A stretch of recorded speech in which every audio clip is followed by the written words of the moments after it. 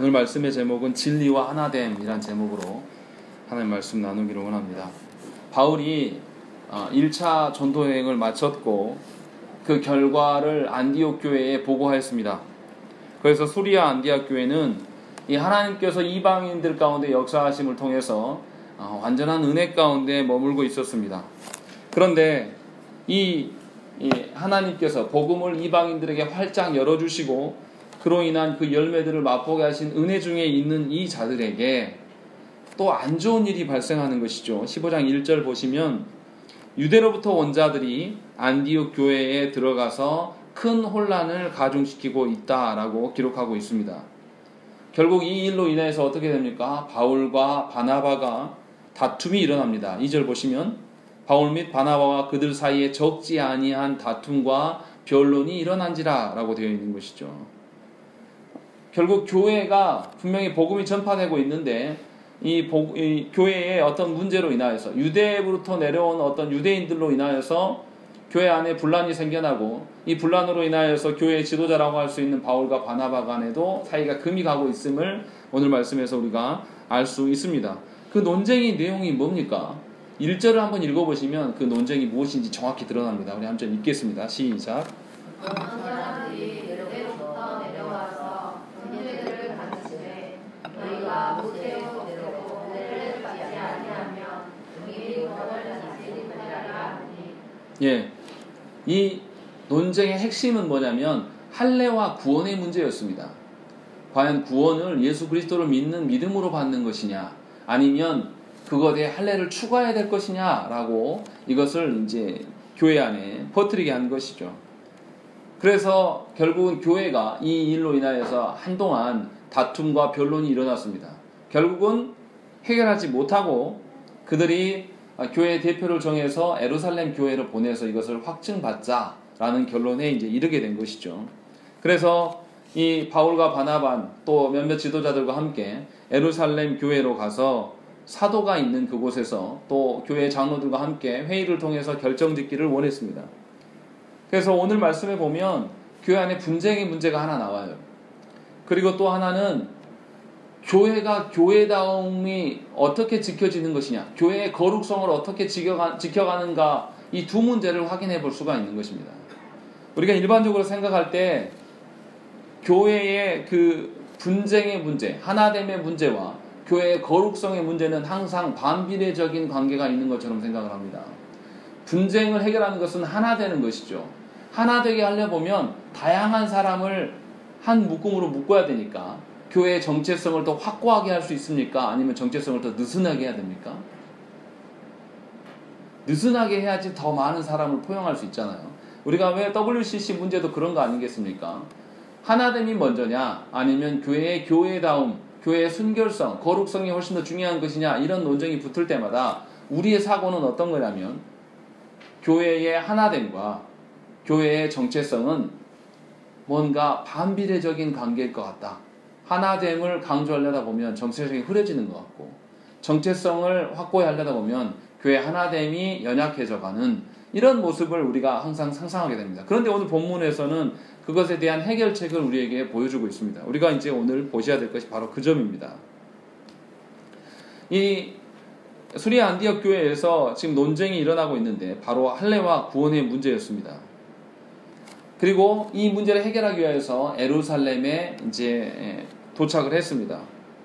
도착해 보니까 조건이 약간 달라져 있어요. 1절에서는 분명히 뭐라고 되냐면 할례를 받지 아니하면 능히 구원을 받지 못할 것이다, 이렇게 이야기를 했어요. 그런데 5절 예루살렘 회의 가운데 있는 바리새파가 뭐라고 하는지 한번 읽어보시죠. 읽겠습니다. 시작.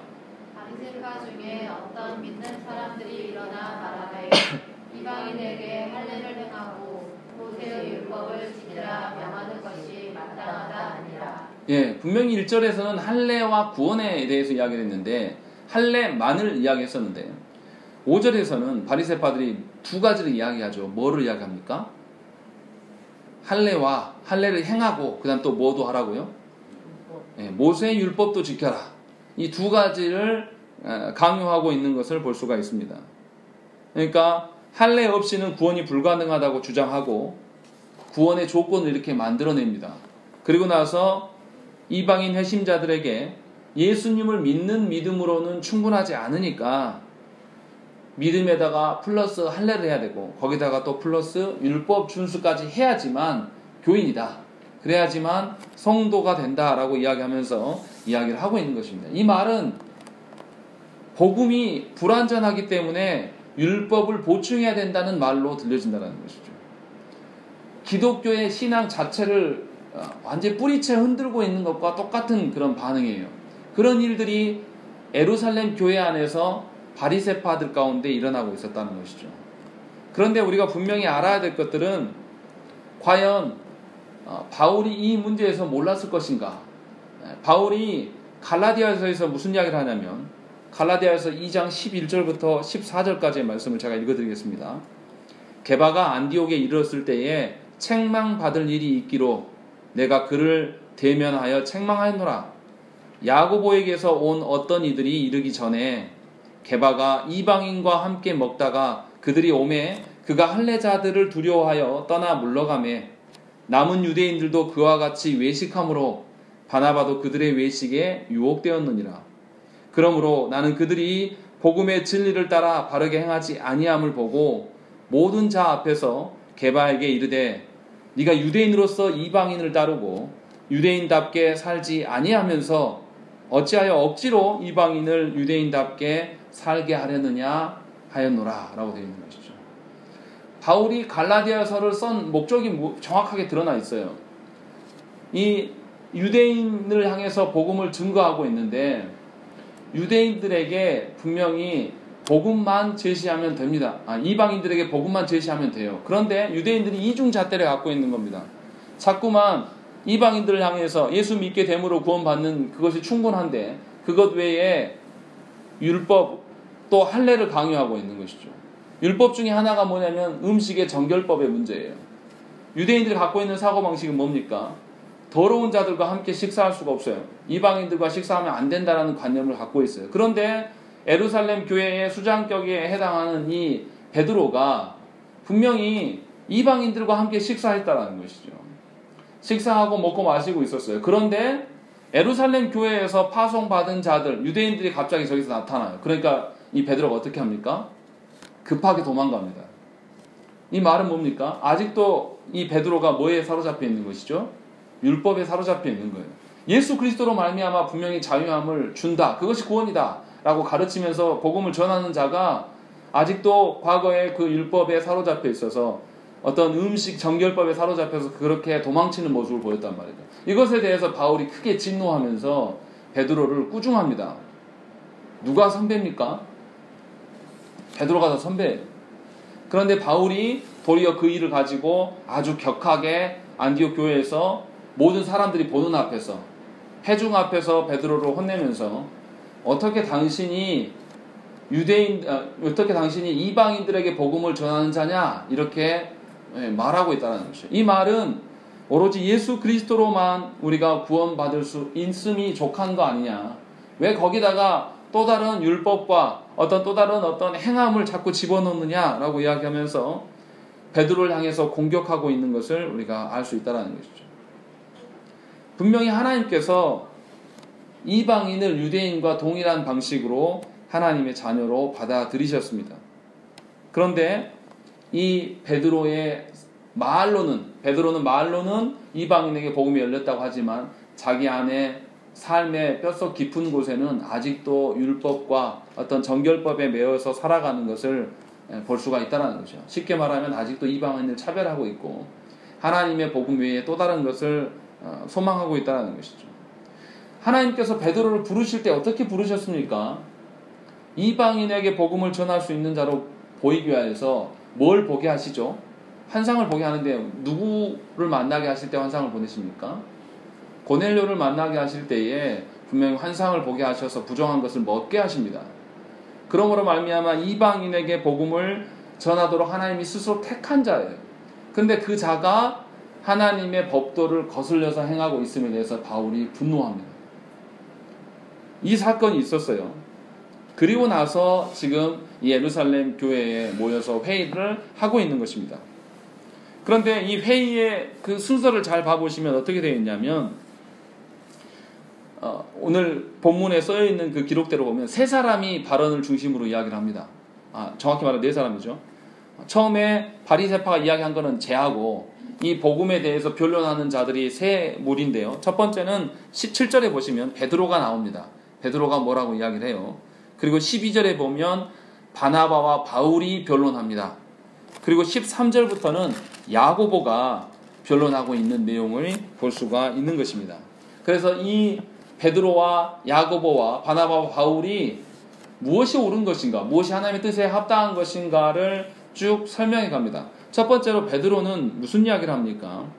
분명히 베드로는 이 사건이 있기 전에 바울로부터 공동체 가운데 질책을 들었을 것이고 그것을 계속 마음에 걸린 채로 예루살렘에 당도했을 것입니다.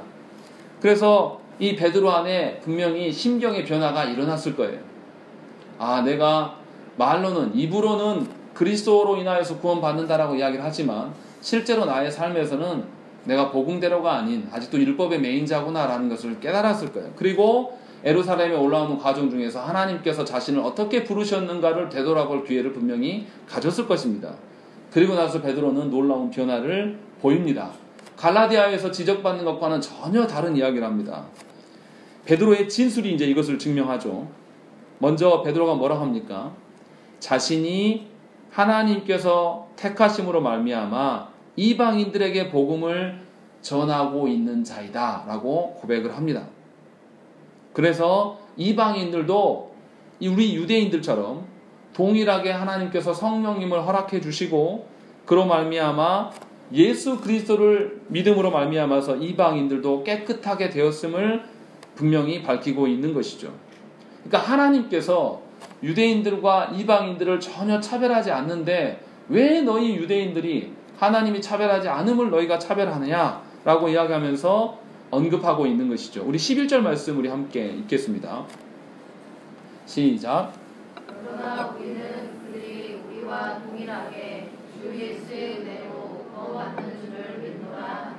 예, 이 베드로의 고백은 갈라디아에서 2장 16절의 말씀의 고백과 매우 흡사합니다. 사람이 의롭게 되는 것은 율법의 행위로 말미암음이 아니요 오직 예수 그리스도를 믿음으로 말미암는 줄 알므로 우리도 그리스도 예수를 믿나니 이는 우리가 율법의 행위로서가 아니고 그리스도를 믿음으로써 의롭다함을 얻으려 함이라. 율법의 행위로서는 의롭다함을 얻을 육체가 없느니라. 바울이 이렇게 베드로에게 권면했던 이야기입니다. 그것을 베드로가 예루살렘에 올라오면서 생각하며 고민하면서 이렇게 나왔을 것이고 베드로는 이 하나님께서 깨닫게 하신 바대로 분명히 하나님께서 이방인들에게 멍에를 매지 않게 하셨고 자유케 하셨기 때문에 유대인인 우리들이 하나님의 뜻을 거스리는 것은 합당하지 않다라는 이런 고백을 하고 있다는 것이죠. 하나님께서 베드로를 택함을 이 예루살렘 공동체가 부인할 수 있겠습니까? 부인할 수가 없는 것이죠. 그리고 베드로가 하나님의 선하신 뜻을 이루기 위해서 고넬료의 사건을 통해서 당신을 불러내심을 이 예루살렘 교인들이 다 알고 있어요. 그래서 이들이 어떻게 반응합니까? 12절에 보시면 온 무리가 가만히 있어 라고 되어 있는 것이죠. 거기에 항거할 수가 없는 것입니다. 하나님이 그렇게 하심이 정말 맞구나. 이 베드로의 고백을 통해서 이제 확인케 하시는 것이죠. 그리고 나서 바나바와 바울이 무슨 이야기 합니까? 자기들이 이방인들 전도하러 나아갔을 때 무슨 일이 있었는가를 이제 구구절절 언급을 했을 것입니다. 우리가 아는 것처럼 이 비시디아 안디옥에 가서 일어났던 일들, 그리고 이고니온과 또 루스드라에 가서 일어난 일들, 그곳에서 하나님께서 이방인들을 회심시킨 사건들을 계속 나열했을 때에 이것이 바로 이 예루살렘 교회의 표적과 기사가 되었을 것입니다. 그 산 증인들이 분명히 이 예루살렘 회의장에 왔고 그 증인들이 하나님의 뜻을 증언하는 증인들로서 서 있기 때문에 모든 회중들이 대답할 수가 없었다는 것이죠. 듣고 있을 수밖에 없는 것이죠. 그런데 무엇보다 더 결정적인 것은 무엇입니까? 야고보의 증언입니다. 야고보가 이제 13절부터 이야기를 합니다. 근데 뭐라고 이야기를 합니까? 이르되 형제들아 내 말을 들으라 이렇게 되어 있습니다. 야고보는 누구입니까? 예루살렘 그 회의의 의장입니다. 예수님의 동생인 것뿐만 아니라 예루살렘의 회의의 의장으로서 그가 서 있습니다. 그러니까 유대인 공동체에서는 굉장히 어른격에 속한 사람이에요. 이 앞에서 언급했던 베드로의 그 고백과 바나바와 이 바울이 이 고백해낸 선교지 현장에 일어나는 일들, 이 모든 샘플들을 이 야고보가, 예루살렘 회의의 의장인 야고보가 뭘로 입증합니까? 구약 성경으로, 말씀으로 입증해냅니다. 이것이 말씀대로 베드로의 고백과 바나바와 바울의 그 선교 보고가 정말로 성경적으로 합당한 것인가 아닌가를 분명하게 설명을 하고 있습니다. 그런데 14절을 우리 한번 읽어보시죠. 읽겠습니다. 시작. 하나님이 처음으로 이방인 중에서 자기 이름을 위할 백성을 취하시려고 그들을 부르신 것을 시므온이 말하였으니. 예, 이 예루살렘 회의의 의장으로서 야고보가 굉장히 배려심이 많다라는 것이 느껴지는 게 뭐냐면 베드로를 베드로라고 부르지 않고 헬라식 이름인 시므온이라고 부릅니다. 왜 이렇게 부를까요? 청중이 누구니까요? 청중이 유대인들이에요. 그래서 헬라식으로, 히브리식으로 이름을 바꿔서 말을 해주고 있는 거예요. 그래서 유대인들 편에서 이해하기 쉽게 아주 배려하는 자로서 이 야고보가 증언하고 있는 것이죠. 그러니까 예루살렘 공동체를 충분히 배려하고 너희들 마음을 내가 안다. 그들의 입장에서 성경적으로 우리가 한번 입증해보자. 우리가 믿는 하나님, 우리에게 있는 성경의 말씀으로 과연 베드로와 시몬과 바나바가 바울이 말하는 바가 정말 그러한 것인가를 확인해보자 라고 그들을 설득하고 있는 것이죠. 굉장히 따뜻한 말로 그들에게 이제 하나됨을 확인하고 나서 이 일을 이야기를 하고 있는 것이죠. 그리고 이제 16절과 17절에 나와 있는 것처럼 말씀을 언급합니다. 아모스서에 있는 아모스 9장 11절과 12절의 말씀을 그대로 인용해 온 것인데요. 하나님께서 이스라엘을 심판하실 것에 대한 이야기를 합니다. 그런데 심판하고 남은 이후에 남은 자들을 다시금 회복하실 것들에 대한 이야기가 아모스 9장의 말씀이에요. 우리가 새벽마다 지금 읽고 있는 이사야서의 말씀도 계속되는 게 말씀이 무엇입니까? 하나님께서 이사야를 처음에 사명으로 부르셨을 때 어떻게 하셨죠? 하나님 앞에 섰을 때 하나님께서 이사야의 입술을 어떻게 하죠? 숯불로 지져버립니다. 그리고 나서 하나님 사명을 주셔요. 왜 그렇게 하십니까?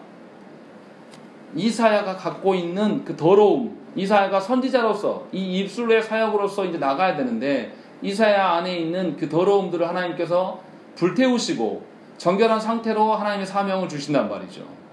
그러한 방식으로 이사야를 부르셨던 것처럼 이 아모스서에서 하는 이야기는 뭐냐면 하나님의 백성들을 하나님께서 분명히 심판하실 것이다. 심판을 왜 하냐면 그들 안에 있는 더러움을 제거하시기 위한 심판이다.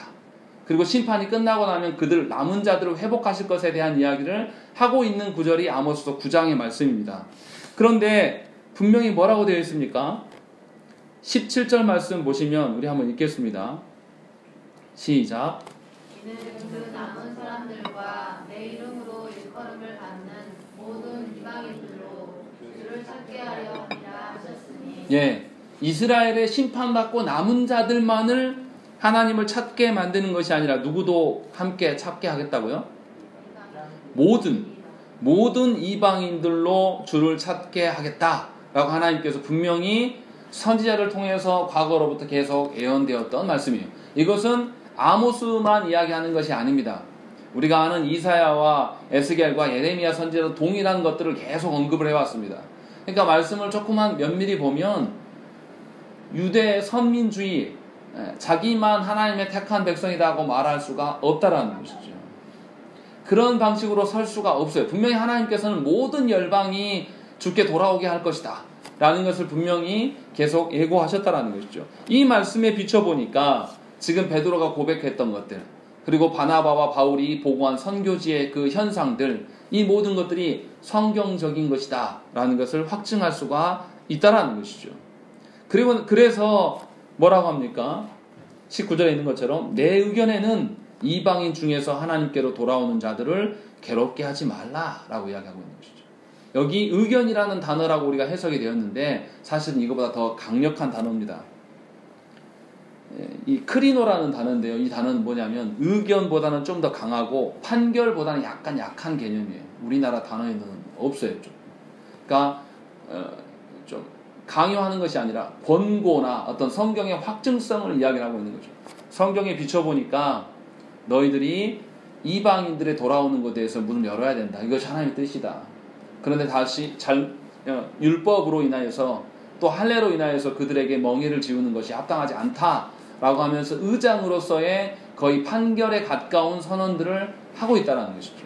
그렇게 해서 교회 안에 바른 교리가 세워질 수 있도록 성경에 입각하여서 이 일들을 야고보가 진행하고 있습니다. 그런데 야고보가 여기에 한 가지를 더 추가합니다. 이 부분이 조금 이상해요. 뭐라고 추가합니까? 20절 말씀 우리 한번 읽어보겠습니다. 읽겠습니다. 시작. 다만 우상의 더러운 것과 은행과 목매어 주신 것과 피를 멀리하라고 편지하는 것이 옳으니. 예, 분명히 앞에서는 뭐라고 그랬냐면 율법을 그들에게 매이게 하지 말자라고 결정을 했습니다. 그래 놓고 나서 네 가지를 언급해요. 뭐라고 합니까?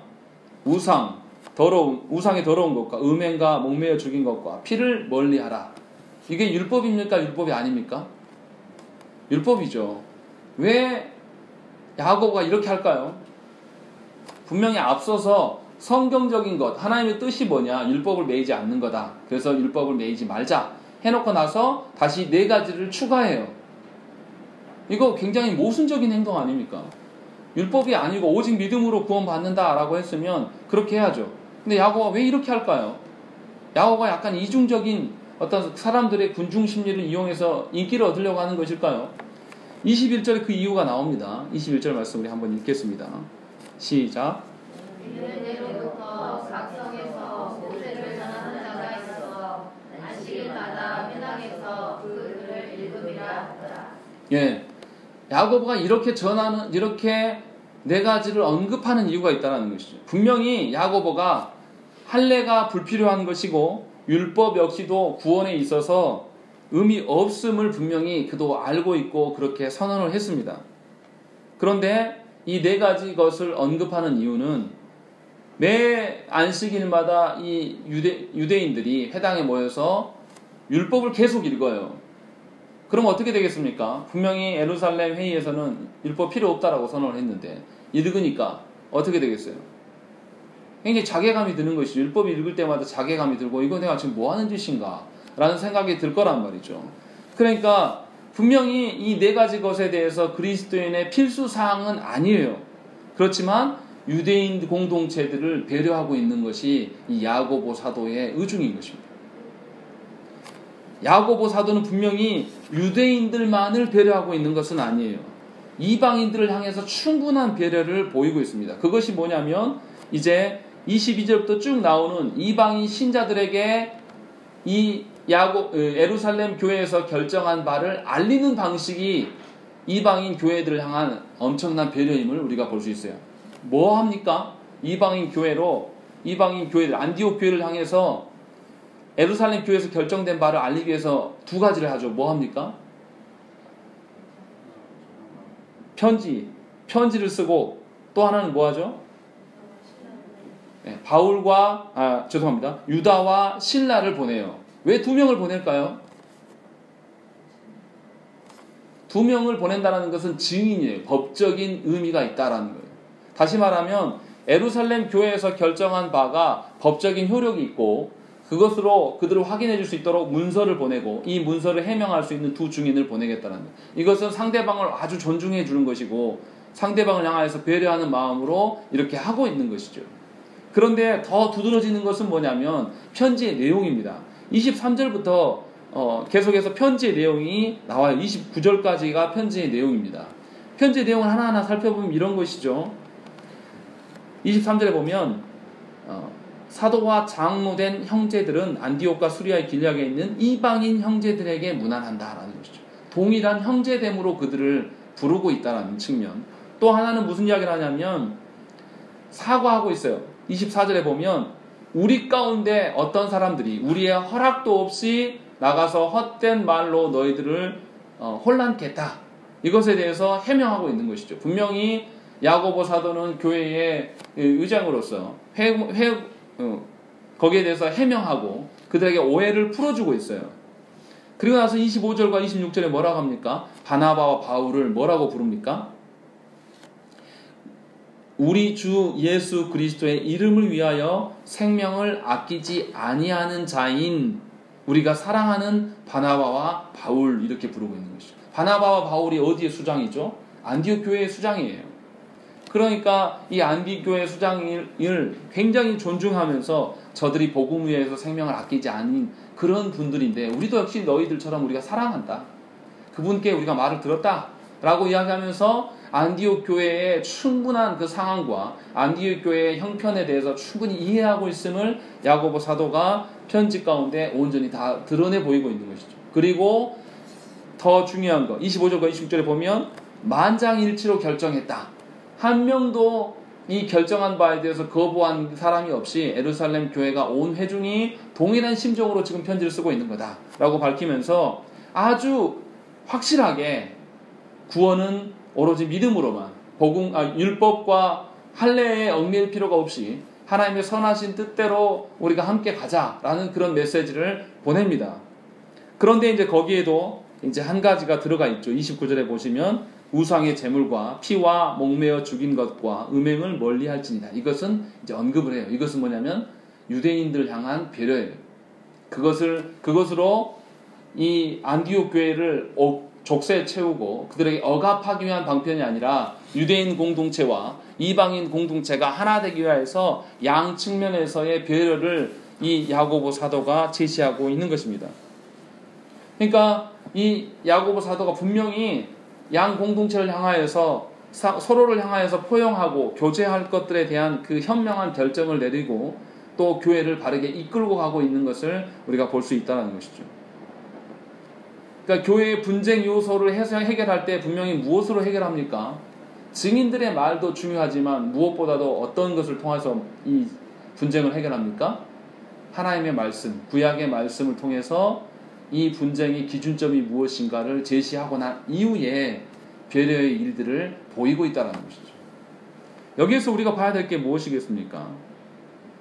이 야고보 사도에게는 두 가지가 있는 거예요. 교회의 모든 기준은 하나님께 있다. 그래서 성경을 찾는 것이고 또 하나는 무엇입니까? 그러나 하나님의 말씀의 기준대로 우리가 살 수 있습니까? 없습니까? 없어요. 인간의 연약함을 너무나 잘 알고 있는 거죠. 야고보 사도가.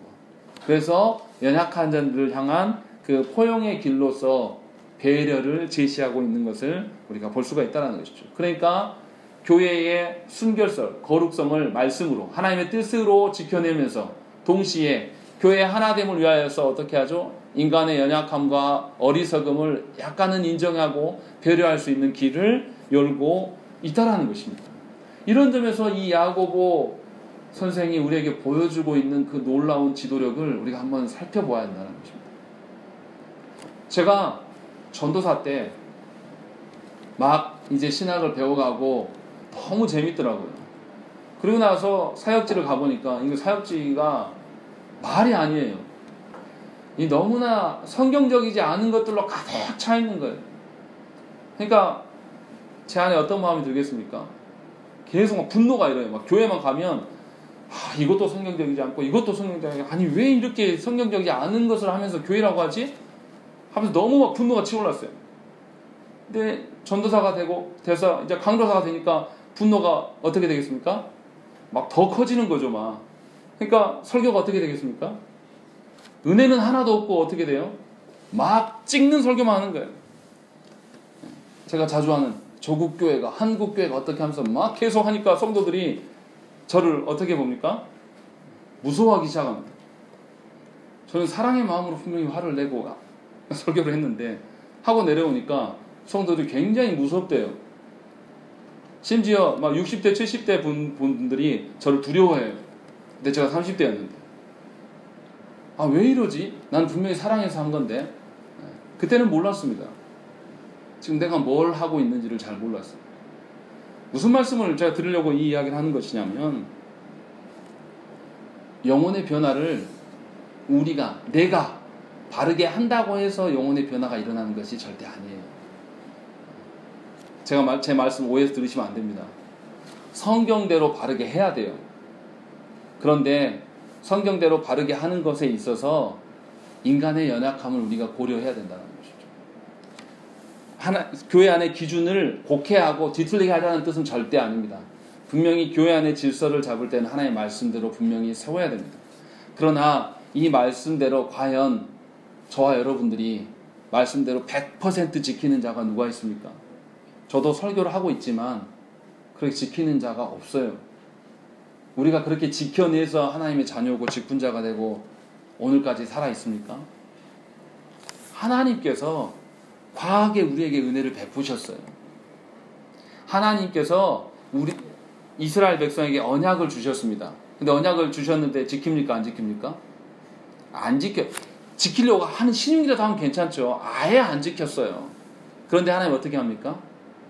하나님의 과한 은혜로 하나님이 너무 지나칠 정도의 은혜를 줬어요. 그 은혜의 방편이 뭡니까? 바로 예수 그리스도예요. 당신의 아드님을 우리에게 내어주심으로 말미암아서 지나친 은혜를 주셔서 우리가 하나님의 자녀가 되었단 말이에요. 저와 여러분들이 지나친 은혜로 인해서 겨우 이 자리에 앉아있는 거란 말이에요. 그러면 우리가 먼저 된 우리가 나중 된 자들을 향해서 어떻게 돼야 되겠습니까? 그리스도께 받은 그 지나친 은혜가 우리 가운데 있어야 되는 거예요. 지나친 은혜가 있다고 해서 하나님이 세우신 법도들을 안 지키는 것입니까? 아니에요. 지키려고 애쓰고 노력하면 우리 안에 있어야 됩니다. 그러나 그렇지 못한 자들을 향해서 우리 자신을 돌아봐야 되는 것입니다. 분명히 그들을 향해서 기다려주고 배려할 수 있어야 돼요. 근데 그게 아니라 본인은 지나친 은혜로 하나님의 자녀가 되었는데 뒤에 따라오는 우리 후배들한테는 어떻게 합니까? 아주 선명한 하나님의 말씀의 기준으로 되려고 해요. 여기서 살아남을 수 있는 인간이 누가 있을까요? 제가 목사인데 제가 아는 바대로 성도들에게 모든 그 기준 잣대를 다 들이대면 여러분들 이 교회에 남아 있겠습니까?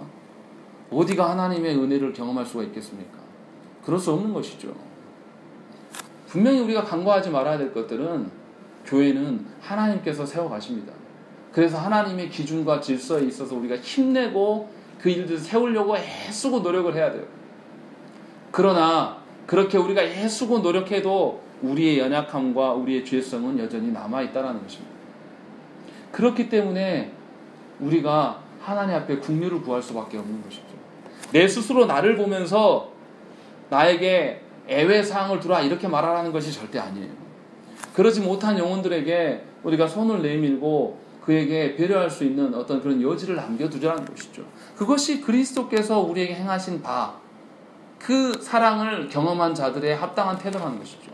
그렇지 아니하고 아주 엄격한 잣대로 그 기준으로 모든 성도들을 대하는 그런 방식은 하나님께서 원하시는 방편이 아닙니다. 그래서 우리가 뭐라고 합니까? 죄악된 자들을 우리 손으로 처벌하려고 하지 말고 하나님께 맡겨야 되는 거예요. 우리가 스스로 정죄하고 그를 죽이려고 하는 것이 아니라 연약한 자가 도리어 하나님의 그 지나친 차고 넘침이 있는 그 은혜를 맛볼 수 있는 여지를 만들 수 있기 위해서 우리가 애쓰고 노력해야 됩니다. 지금 야고보가 그렇게 하고 있는 거예요. 야고보만 이렇게 합니까? 우리가 16장에 가면 그게 또 나와요. 16장에 가면 뭐가 나옵니까? 3절 말씀 우리 한번 읽어보시죠. 읽겠습니다. 16장 3절입니다. 시작. 바울이 그를 데리고 떠나오되 하되 그 지역에 있는 유대인으로 말미암아 그를 데려다가 할례를 하니 이는 그 사람들이 그의 아버지는 헬라인인 줄 다 알리더라.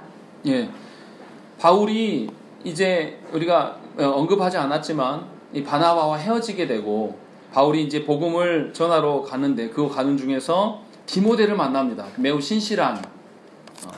그런데 이 디모데가 어떻습니까? 어머니는 유대인이고 아버지는 헬라인이에요. 그러니까 이방인들에게 복음을 전하러 갈 때 이 디모데가 굉장히 유용할 것 같다는 말이죠. 왜 그렇습니까? 양쪽이 다 있는 거죠. 유대인들의 어떤 관념, 또 헬라인들의 관념들이 있어요. 그런데 이 헬라인들에게 복음을 전하러 가면 누가 시비를 걸죠? 유대인들이 시비를 걸어요. 그리고 또 유대인이 가서 이 헬라인들에게 복음을 전하려면 다른 종족이기 때문에 어떻게 해요? 거부감이 생긴단 말이에요. 그런데 디모데를 보니까 양다리 다 있는 거죠. 너무 유용해요. 그래서 그를 데리고 갑니다. 그런데 바울이 이상한 짓을 하죠. 3절에 있는 것처럼 뭐 합니까? 할례를 시행합니다. 갈라디아서에서 나타난 바울의 모습이라면 이게 이해가 됩니까? 이건 말이 안 되는 이야기예요. 그런데 바울이 뭐 합니까? 할례를 시행해요. 누구를 배려하는 것일까요? 앞으로 만나게 될 유대인들을 배려하여서 이 일들을 하고 있는 것입니다. 하나님의 말씀이 온전하게 유대인들에게도 들어가기를 바울은 소망했어요. 그래서 도무지 우리의 상식과 논리적으로는 이해 안 되는 일들을 이 바울이 하고 있는 거예요. 그렇다고 해서 바울이 로마서를 쓴 바울이 이신칭의를 부인할까요? 절대 그렇지 않습니다. 도리어 이신칭의를 더 확고히 유대인들에게 가르쳐주기 위하여서 그들의 선입견을 제기하기 위해서 제자인 디모데에게 스스로 할례를 시행함으로 말미암아서 유대인들과의 논쟁거리를 제거해버리는 것이죠. 그렇게 해서 온전히 복음이 세워질 수 있도록 바울이 행하고 있는 것이죠. 바울이 지금 바라고 있는 바는 뭡니까? 온전히 하나님의 그 뜻대로 이 하나님의 은혜와 그리스도 자체가 은혜인데 이 하나님의 지나친 그 은혜와 그 사랑이 유대인들과 헬라인들에게 온전히 스며들기를 원하여서 이 일을 하고 있는 것입니다. 우리가 여기에서 큰 깨달음을 가지셔야 돼요. 우리가 말씀대로 바르게 행할 수 있다라고 생각하는 그 자체가 사실은 교만이에요.